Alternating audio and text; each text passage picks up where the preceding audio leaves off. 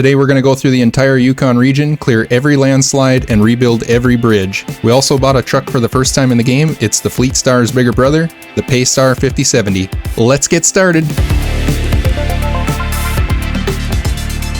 We had another task that I forgot to activate when we were discovering the map. This is the North Bridge task, right by the garage. It requires 2 metal beams. One of them we can pick up right by the drop-off zone, where there's a metal building we can deconstruct.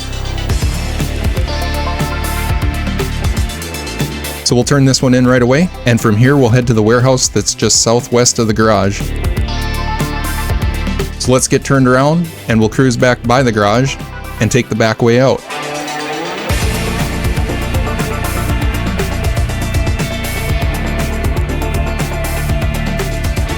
This road over here is really muddy, so I'm going to try to drive around some of the puddles, but you do have to watch out for these rocks because they flip you over pretty easily.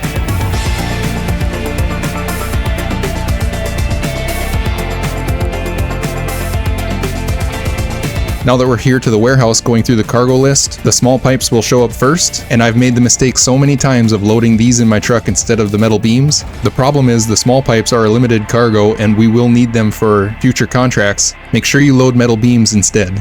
We're going to turn around and head back the same way we came. The alternative route is a lot more tippy, and this truck is not the most stable truck in the game to begin with. I opted to use the OHD1 tires because they have duals in the rear, making this truck a little bit less tippy, but the mud tires would also be a good choice. You'll just have to be a lot more careful with them. I also chose to sell off the raised suspension, and this is just the stock default suspension. With the raised, this truck becomes a lot more tippy, especially when the mini crane is installed. Alright, we're back. Let's get this one turned in and rebuild this bridge.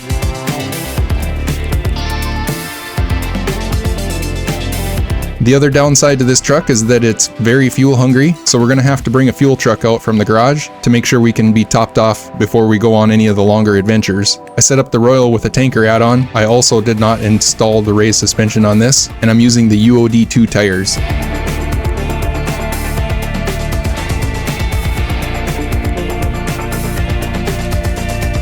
So now that we're topped off, we can jump back in the Paystar. We're going to head up the road and get started on the abandoned truck task.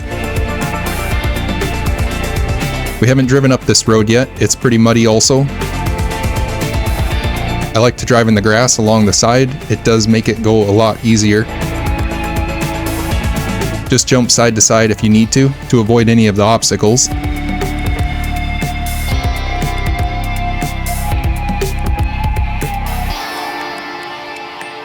Now while we're doing the abandoned truck task, we're going to also work on the flood aftermath task. So let's make a mark on these 2 service spare parts that spawned out on that island, and we're going to stop halfway there and run over and pick them up.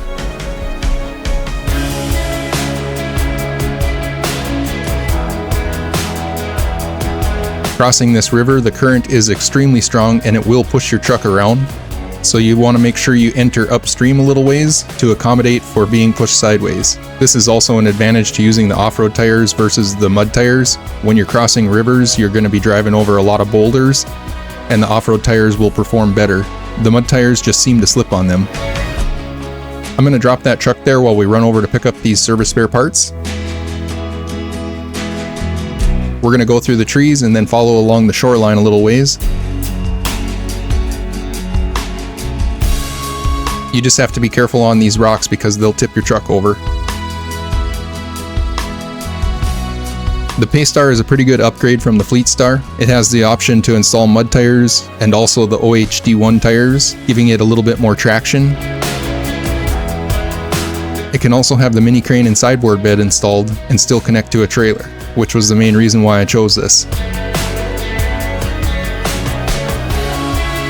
The downsides to this truck are it does not get any engine upgrades, so what it comes with is what you got. It's not the most powerful truck in the world, but usually it can get the job done. I chose to use the high-range gearbox because of how fuel hungry this thing really is. If we had installed the off-road gearbox, I probably wouldn't be able to make it all the way back around without having to recover. We'll get these service spare parts loaded up. We're going to drive through the trees to get both of them. And then we'll get turned around and we'll head back over to where we left the Lodestar.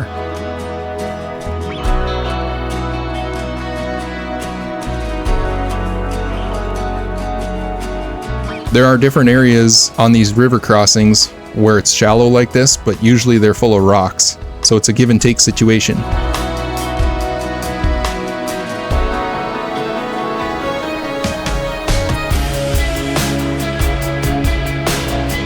We can jump back to the abandoned truck task now that we have everything loaded, and the lodestar is just through the trees.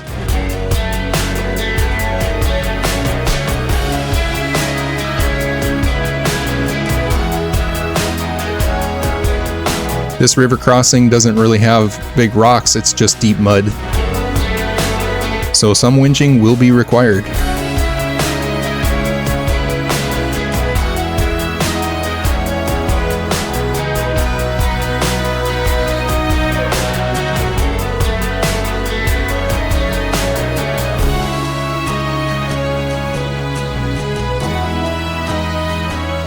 Once we get across the river, we can drive the rest of the way through the trees. It's kind of tight, but if you keep the lodestar pulled up close to the back of your truck, there's a less likely chance that it'll get stuck on the trees.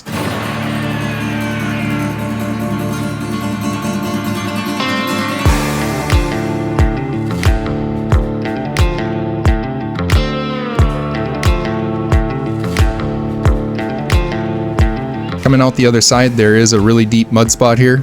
I've been tempted in the past to try to drive along that side hill, and you can get through there a lot easier, but it's pretty unstable, and I typically end up tipping my truck over.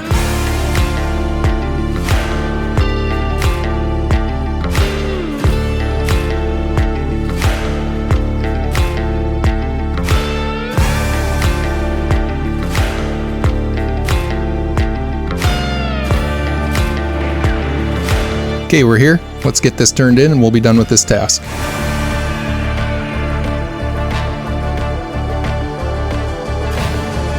Alright, let's jump back to the flood aftermath task. And since we're close to that bridge, we'll just take it instead of trying to drive across the river and getting washed away.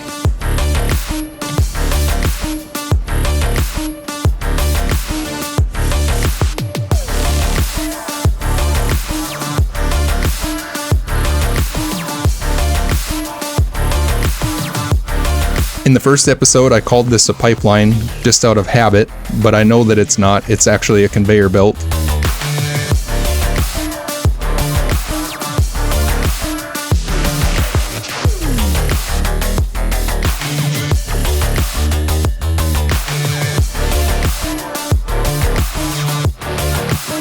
Alright, flood aftermath is now complete. We can switch to the western bridge task, which will require us to haul 2 metal beams. Let's head back over by the garage. We do have to cross a river on the way, and we'll get loaded up. My plan is to take 1 metal beam down there in this truck, and then find another one in the area to deliver to the other side.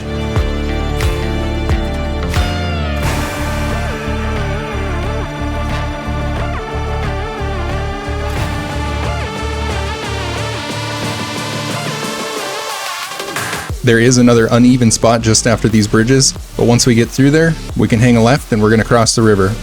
This is the same place that we took the F-750 across.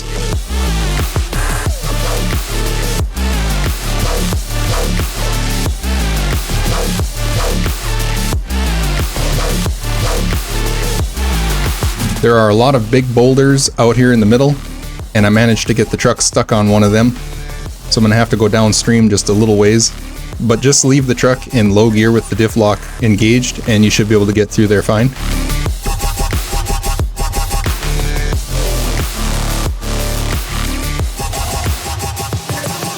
Okay, we're just about out of fuel, so I've got to run back up by the garage and get topped off from the Royal.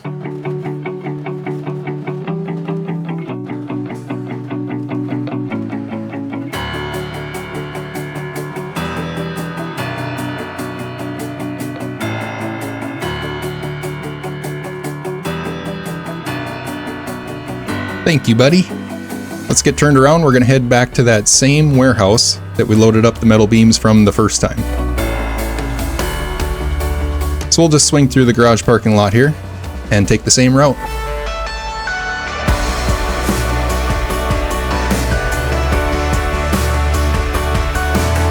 This time we're going to be heading south out of here, so we're going to drive out the other side. So just like all the other regions, when you drive through an area, the second time coming through it gets worse. Yukon, it seems like they've multiplied that effect, and each time you drive through here, the map gets harder and harder to get through. So try to drive in different spots if you can. Alright, now that we're loaded up, we'll head south out of here. This next section is pretty bad, and I've tipped many trucks over going through here.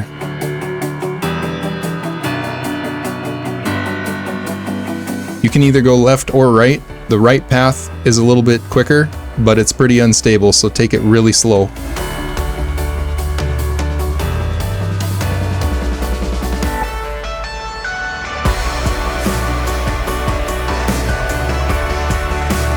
Now that we've met back up with the main road, and we avoided some of the deeper muddy spots on it, we'll continue up a ways. We're about halfway to the drop-off.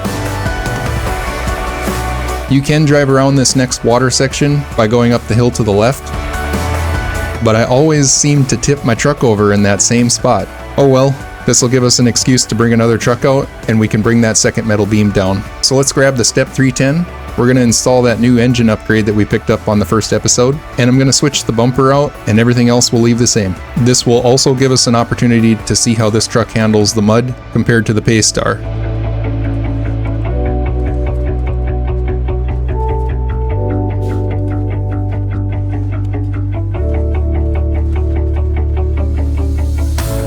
The tires on each truck are about the same height, but the Step 310 sits a lot lower and has a wider wheelbase, so it's quite a bit more stable. It also has a lot more power compared to the Paystar.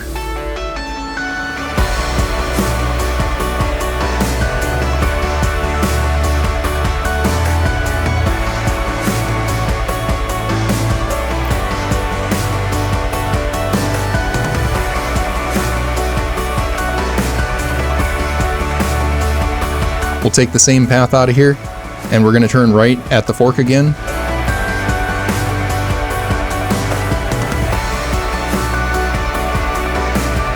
And it just feels a lot more stable than the first time we went through here.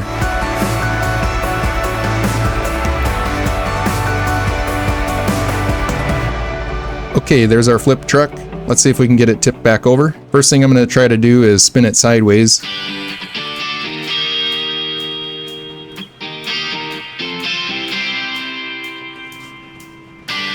But there's a bush up there underneath the front of the truck that it's getting hung up on. So I'm going to drive around the other side and see if I can just pull the back around.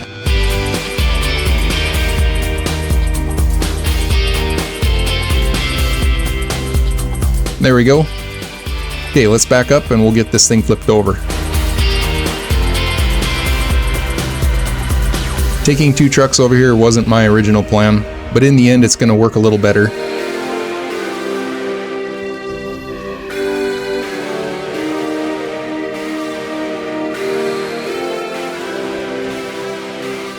Alright, we got reloaded. We'll just drive both trucks down there at the same time. Driving two trucks across these deep mud spots can actually be an advantage because you have more tires on the ground and a longer wheelbase of traction. So one can push and one can pull.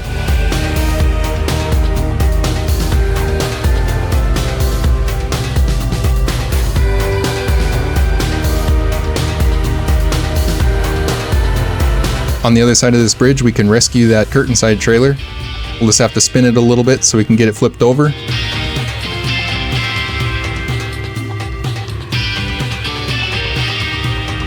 And that hitch spun around backwards, so it's going to make it a little more difficult to connect to.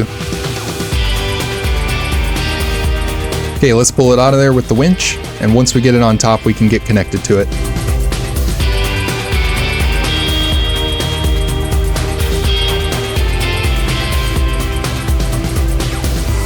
Oftentimes I do use the Step 310 for this job, but you're not able to connect any trailers to it if you have the mini crane installed, so I thought the Paystar would be a good alternative.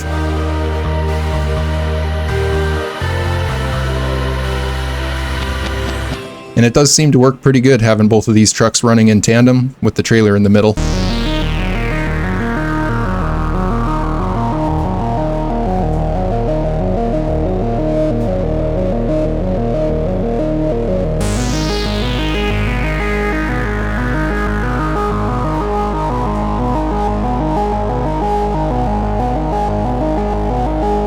Just around to the other side of the ore sorting center is the western bridge we need to rebuild.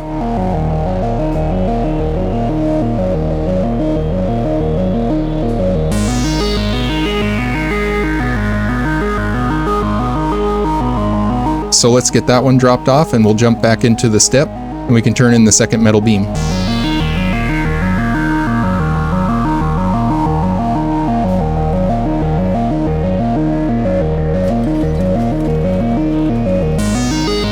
Alright, from here, we'll take both trucks further down the road and we'll go get this curtain-side trailer turned in. There's another task over there that we need to activate and we can complete it at the same time.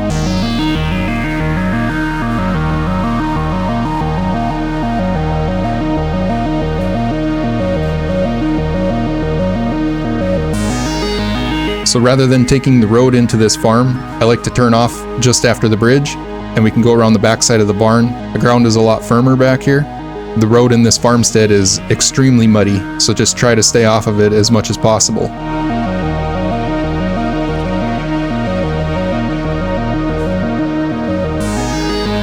And here's that next task, the uphill delivery. There's a Scout flatbed here with 2 wooden planks, and they have to be delivered up to Mr. Stevenson's house. In the past, I have tried using a Scout to pull it up there, but it's such a difficult journey that I've now resorted to just loading the wooden planks into the back of the truck and using the winch to pull the Scout trailer up the hill. So if we lift it up high enough, the planks will fall off and we can get them loaded.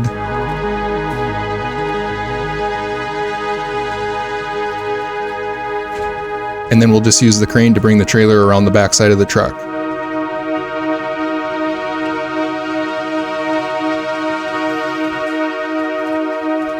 Then we'll just winch it behind us.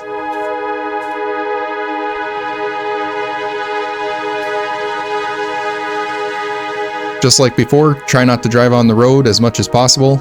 So I'm going to go around the back side of this building.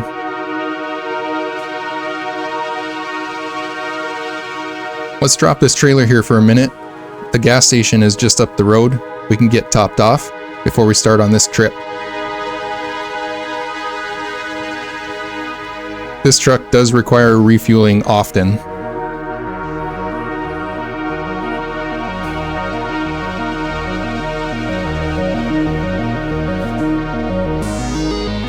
Alright, we can head back up by the ore sorting center. I gotta get the step out of the way.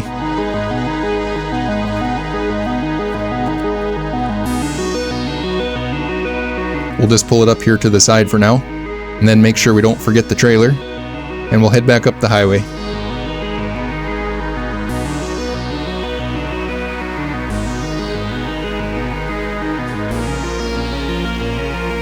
Okay, you can turn left and cross the river right here, but I drove past it before I realized it, so I looked at the map, and you can see where that brick framing is there. That's where we came down on the first episode with the F-750, and we rescued that Scout 800 on the Camping Gone Wrong task. That's the path that we're going to take up to Mr. Stevenson's house, so we'll just make a mark there and cross the river here. But like I said, you can get across a lot easier if you turn back a little ways. These boulders are something else.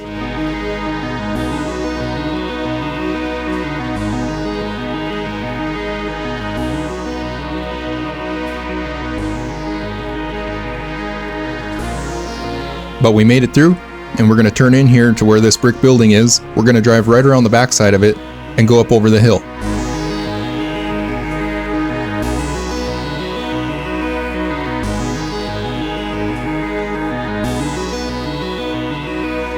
And this is where we found that Scout 800. So if you remember on episode 1, this hill is pretty treacherous. Just use low gear and diff lock to get up it, and it's going to take some time, but it's not impossible.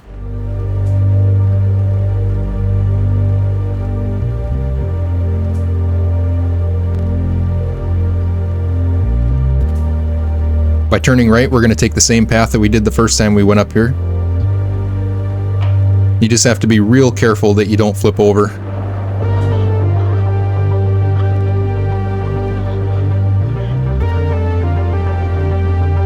And this time we're going to turn off and drive down by this house.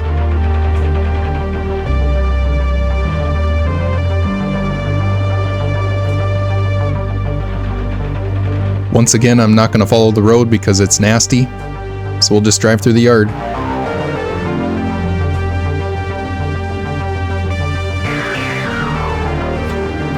Uphill delivery is now complete. The next thing we're going to work on is the wooden bridge that's down by the Kodiak that we can rescue. Since we're up here, we can load up these bricks and take them back with us and drop them off for a later contract. Might as well haul something out of here. Alright, we're going to take an unconventional way back. We're going to drive right up over the top of this mountain and go down the other side.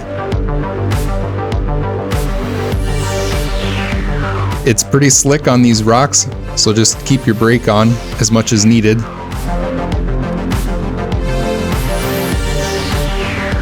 We can work our way through the trees, and then we're going to come out down by this cabin loading area.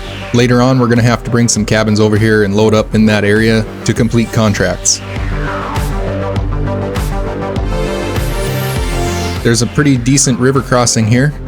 There's a few spots where the boulders are pretty big. Just try to drive between them, and everything will be fine.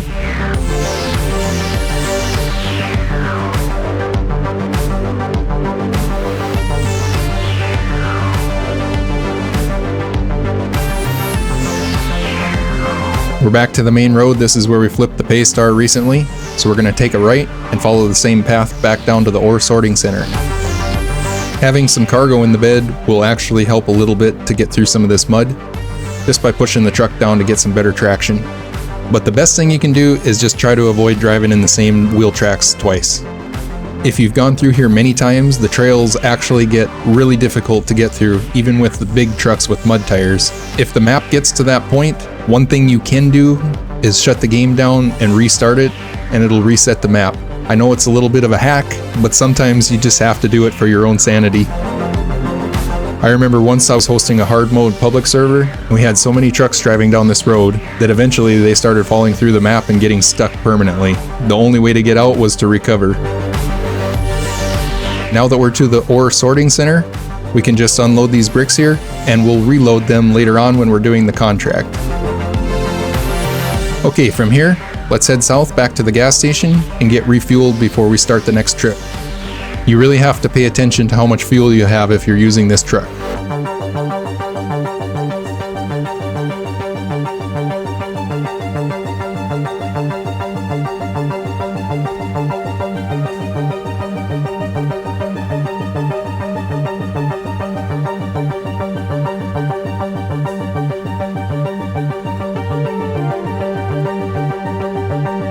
Alright, now that we're topped off, we can turn around and head back up a little ways.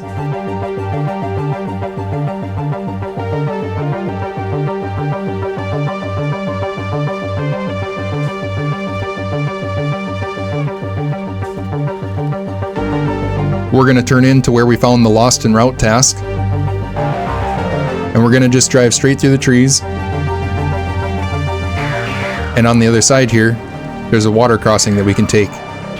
There's only one way you can get through here, and it's right down the center. If you pan out and look down, you can see where the riverbed is. If you drive to the left or right, it's too deep and your truck will get flooded out. You also want to make sure you're driving with the current. The current will help you push your truck across here. If you're perpendicular to it at all, it will flip your truck over. But we made it through, and on the other side we'll go through the trees, and there's 2 wooden planks here that we can pick up by deconstructing this house. Now there are 2 ways that we can leave here. Both of them are roads that go through the river, but if we head out the south side, we can actually drive up here on the top of these rocks, and it's way quicker to get through here. At least for a little ways. Eventually we do have to drive back down into the river. So we'll come out the trees here, and we can take this road a little bit further down, and eventually we'll have to drive through a flooded section of it. It's really muddy through here, but the current helps to push your truck along, so it makes it a little bit quicker.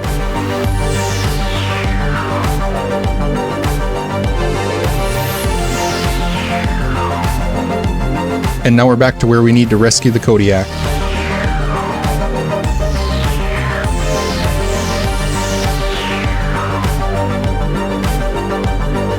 So we'll drive up through the trees here, and that wooden bridge is just up ahead.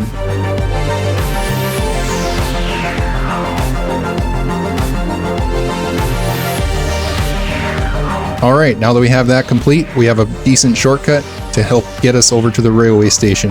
The next thing that we're going to do is work on the Fallen Rocks task, where we need to haul 2 consumables over to clear the landslide that's covering the railroad. On the other side of this bridge, the mud gets pretty deep. Just winch yourself through if you need to, and then you can cut off through the trees and drive up through the fence and it's a decent shortcut to get into the railway station. We can get loaded up here. The consumables are limited, so make sure you don't accidentally delete them, and then we'll jump on the tracks and take it all the way up to the drop-off.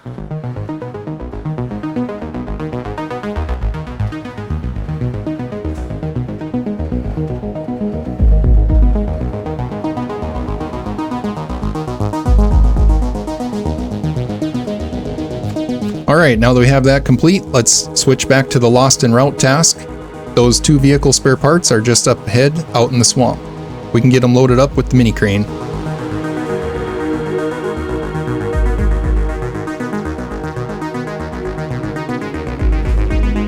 I prefer to back up to this swamp when I'm loading, because if you drive up to it sideways, the ground is really soft and it tends to flip your truck over.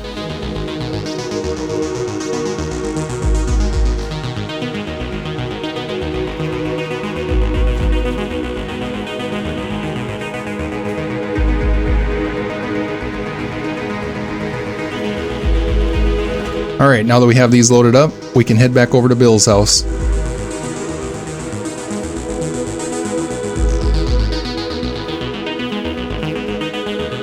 So we'll head back across the tracks where we just cleared the landslide, and then you can take a right and follow this road up into the backside of the railway station. You just have to watch out because these rocks can make your truck flip over pretty easily.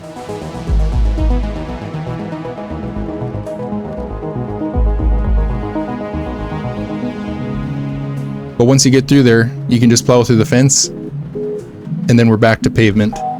And just ahead is a trailer store. We can stop here and we can pick up a maintenance trailer to get refueled. I do like to buy one of these and drop it off over by the loading zone so we can get refueled with the other trucks later on.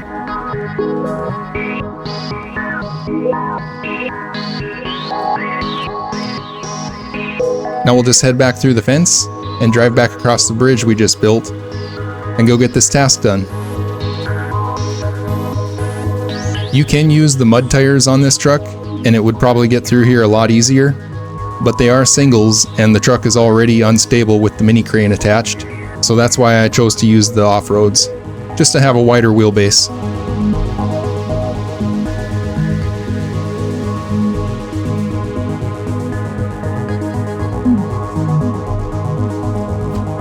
Alright, now that we have that task done, the Kodiak is ours. We can connect to it and pull it back over to the railway, where we can use it for trailer support for any of the trucks that don't have that ability. If you're playing hard mode, it does come with a free flatbed that you can uninstall and put it on any of your other trucks.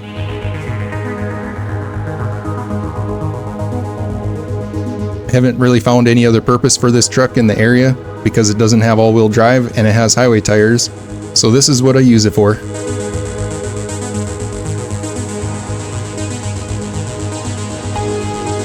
The mud is already starting to get deep here, just from driving through it a couple times.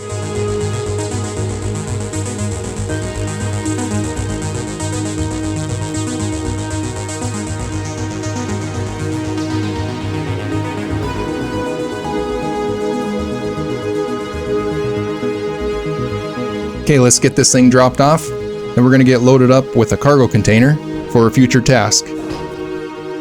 We'll run this over to the cabin crafting zone and just get it turned in there.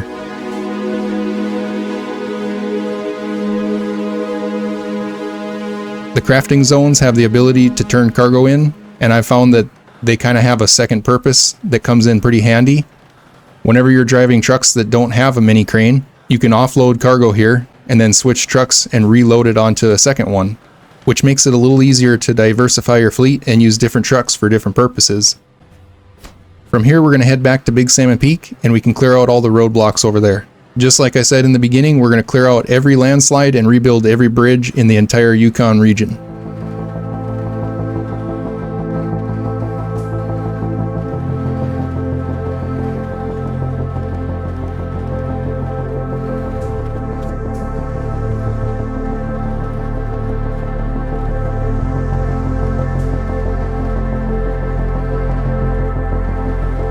Just want to stop here and make sure that this trailer is topped off with fuel, and the next stop is the gateway.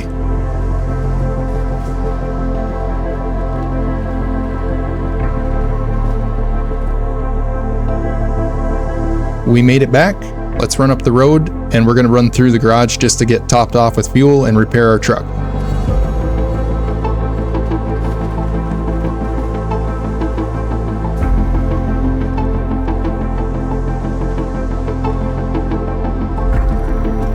Alright, the first thing that we're going to work on is the roadblock task. We'll have to haul 2 wooden planks over there, and there is wooden framing in that area where we can get loaded up. So we'll head south out of the garage, follow the paved road up a little ways, and I'll show you a back way to get in there that's going to make it a little bit easier.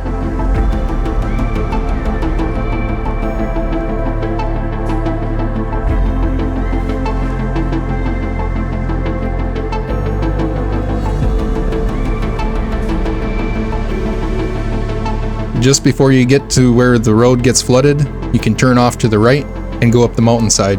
We came up here on the last episode with the F750, but we came up from the other side, so we haven't driven on this road yet. There is a spot up here that has kind of a weird graphic, and I used to always wonder what this was, and then I realized it's the power lines coming up from the bottom, and it actually goes through the mountainside. Okay, this is where we're turning off. When you go down this hillside, just take it real slow and then turn left through the trees. And right out the bottom is the logging station. We came through here on the last episode with the F750. Now we could load up wooden planks right here, but one habit that I have is I like to go to the furthest out areas to get loaded first. That way the remaining materials are a little bit closer to the main roads for loading up later. So we're all loaded up. Let's head back up the road where we came back when we rescued the Lodestar. We're going to cut through the trees, and I'll show you how to get over to that rolled steel factory.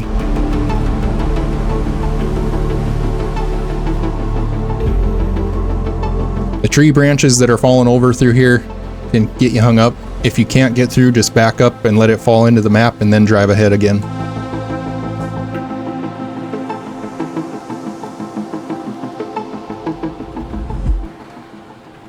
Let's take our first left. We're going to run up to the tracks, get on to the other side of them, and we'll go right up into the back side of the factory.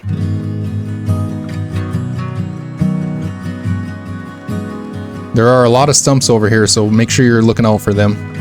Let's just go past the loading zone, and out the backside there's a trail that runs up to that roadblock.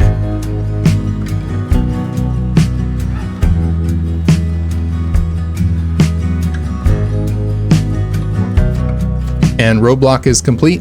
From here, we're going to work on the landslide and the highway task, and we can get loaded up again with 2 wooden planks along the way. So let's just take this path up, being careful not to flip on any of the uneven spots, but the mud isn't too horrible.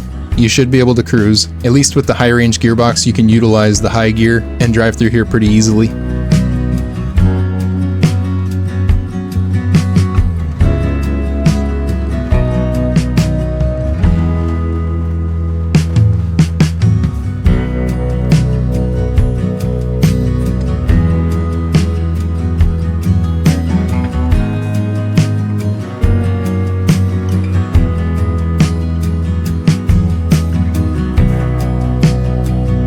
Here's that house. We'll get loaded and we'll continue on.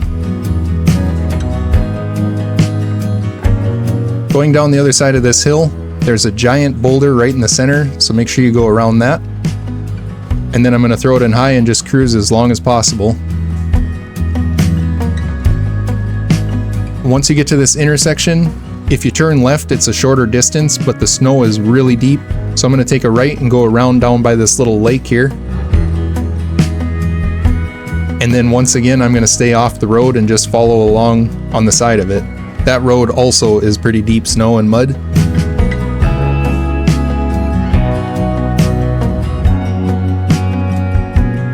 And I just about tipped over again.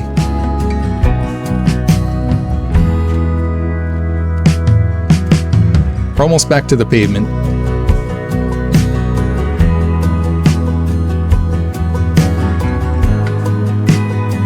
Okay, we made it. Let's hang a left and we'll follow this all the way up to the landslide.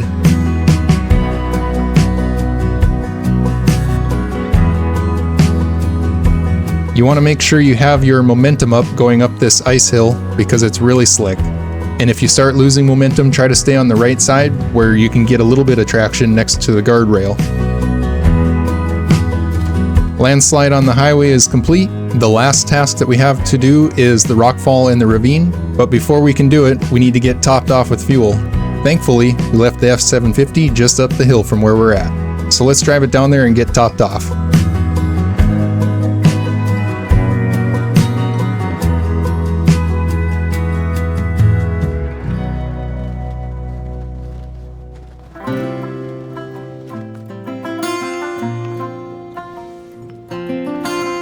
Alright, now that we're topped off, we're going to drive up a little ways and take that right. This is the same road that we took the F750 down when we went up there to go activate that task and discover the watchtower.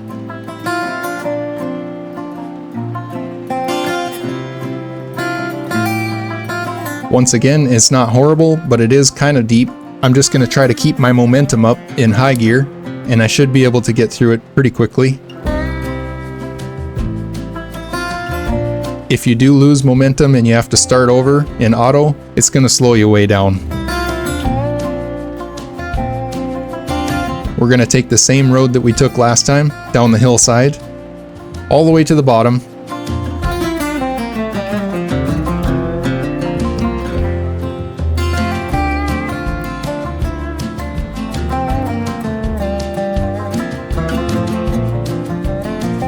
But instead of turning right at the bottom, we're going to turn left and go get loaded up at that metal framing. The trails back here are pretty rough. Just keep that in mind while you're cruising through here.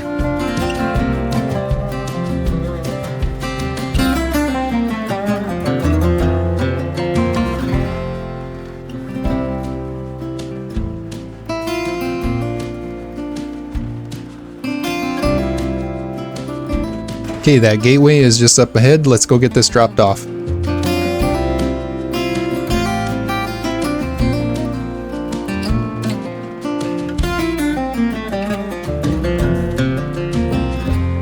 The gateway is kind of on a side hill, and it might not look too bad, but it does get a little tippy, with this truck anyway. So we got that one turned in. We can cruise up the road a little bit further. There's wooden framing just around the corner.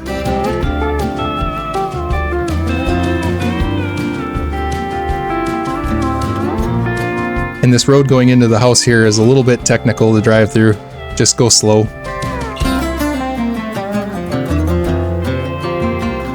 And like I said back in Michigan, it's always easier to get turned around and pointed in the direction you want to leave before you get loaded.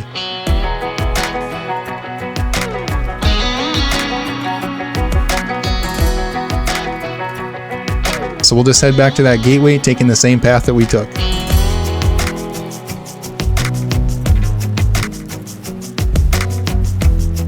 I can definitely tell that it feels more unstable than it did when I came through here with the Ford.